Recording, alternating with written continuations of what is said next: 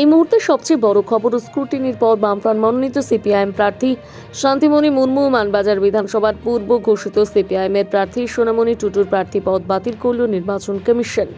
শান্তিমণি মুর্মু হলেন সিপিআইএমের প্রার্থী। গত সোমবার মানবাজার মহকুমা শাসকের দপ্তরে মানবাজার বিধানসভা বামফ্রন্টের দুই প্রার্থী মনোনয়নপত্র জমা দেন। এই বিষয়ে সিপিআইএমের পক্ষ থেকে জানা যায়, কিছু জটিলতার জন্য দলের পক্ষ থেকে দুজন প্রার্থীর মনোনয়ন জমা দেওয়া হয়েছে। স্ক্রুটিনির পর জানা যাবে কোন প্রার্থী থাকবে। অবশেষে মঙ্গলবার মানবাজার বিধানসভা পূর্বে ঘোষিত সিপিআইএমের প্রার্থী সোনামণি টুটুর প্রার্থী পদ বাতিল করল নির্বাচন কমিশন। শান্তিমণি মুর্মু হল বামফ্রন্টের মনোনীত সিপিআই প্রার্থী।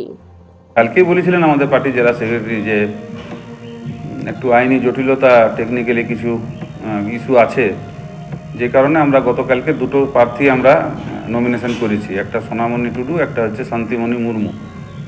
শান্তিমণি মুর্মু আমাদের পার্টির ডিসিএম। আজকে স্ক্রুটনিতে যা হলো সেটা হচ্ছে সোনামণিরটা রিজেক্ট হয়েছে এবং শান্তিমণি মুর্মু সেই প্রার্থীটা আমাদের স্ট্যান্ড করেছে। অর্থাৎ মানবাজার বিধানসভায় আমাদের প্রার্থী হচ্ছে শান্তিমণি মুর্মু। তবে সোনামণি টুডুর যে আমরা নমিনেশনটা দাখিল করেছিলাম, সেটার পিছনে আরেকটা গুরুত্বপূর্ণ কারণ আছে। আমরা দেখছি সেটা হচ্ছে যে আমাদের জেলা, বিশেষ করে এই যে ঝাড়খণ্ড বর্ডারে যে ব্লকগুলো, বান্দোয়ান, বড়াবাজার, বলরামপুর, ঝালদা, কোটশিলা, এই যে একটা বিরাট অংশ, জয়পুর, পুরুলিয়া, একটা মানে আমাদের গোটা জেলাটাই পার্শ্ববর্তী রাজ্য ঝাড়খণ্ড। ফলে সেখান থেকে বিবাহ সূত্রে আমাদের রাজ্যে এসে আছে এরকম মহিলার সংখ্যা কম না, এটা বিরাট সংখ্যা। তারা আমাদের রাজ্যের ভোটার, তারা আমাদের রাজ্যে বিবাহ করেছেন, কেউ 10 বছর আছেন, কেউ 15 বছর আছেন।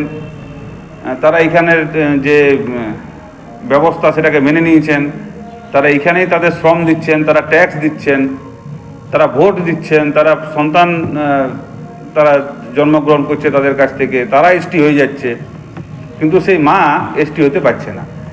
ফলে এইটা একটা ভয়ানক ডিসক্রিমিনেশন। মানে আমাদের এই এলাকায় বসবাসকারী যে সমস্ত মানুষজন আছে, বিশেষ করে এই বিষয়টা নিয়েও আমরা চাইছি যে আগামী দিনে একটা লড়াইয়ে যাওয়া, কারণ প্রচুর মানুষ এটা নিয়ে সাফার করছে।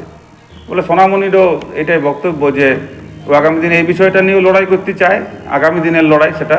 কিন্তু বর্তমানে সোনামণি হইলো কি শান্তিমণি মুর্মু প্রার্থী হইলো, আমাদের বামপন্থী দলে, বিশেষ করে আমরা কমিউনিস্ট পার্টি, মার্ক্সবাদী যারা করি, আমাদের কাছে সিম্বলটা বড় কথা। কারণ এই সিম্বলটা তো আর এরকম কোনো সিম্বল না, কাস্তে হাতুড়ি তারা, এই যে সিম্বল লাল ঝান্ডা, সেই ঝান্ডার প্রতি আমাদের এলাকার কমরেড, আমাদের এলাকার যে সমস্ত সাথী বন্ধু যারা আছেন, যারা এই ঝান্ডাটাকে ভালোবেসে আমাদেরকে ভোট দেন, তারা আমাদের সিম্বলটাকেই ভোট দেবেন। এবং সেই মতো করে লড়াইটা আগামী দিনে আমরা যেভাবে চলছিল সেইভাবেই লড়াই চলবে। শান্তিমণির সাথে আবার সোনামণির সাথে থাকবে, আমাদের বাকি কমরেডরা আছেই, সবাই মিলে একসাথে লড়াইটা হবে। এবং আমাদের যে লক্ষ্য আছে সেই লক্ষ্যেই লড়াইটা হবে। যেমন কে প্রার্থী চেঞ্জ হলো তা দিয়ে তো সমস্যার সমাধান হয়ে গেল না। আমাদের যে ইস্যুগুলো ছিল, যে আমাদের এই এলাকার গরিব মানুষের কাজ, আমাদের মানবাজার এই যে মহকুমা সদর বা মানবাজার বিধানসভা এলাকা, এই 15 বছরের শাসনকালে এমন একটা পরিস্থিতি, একজন গর্ভবতী মা ভালোভাবে যে একটা বাচ্চা প্রসব করতে পারেন সেরকম কোনো জায়গা আমাদের বিধানসভা এলাকায় নেই। গর্ভবতী মা হাসপাতাল যাচ্ছেন রেফার,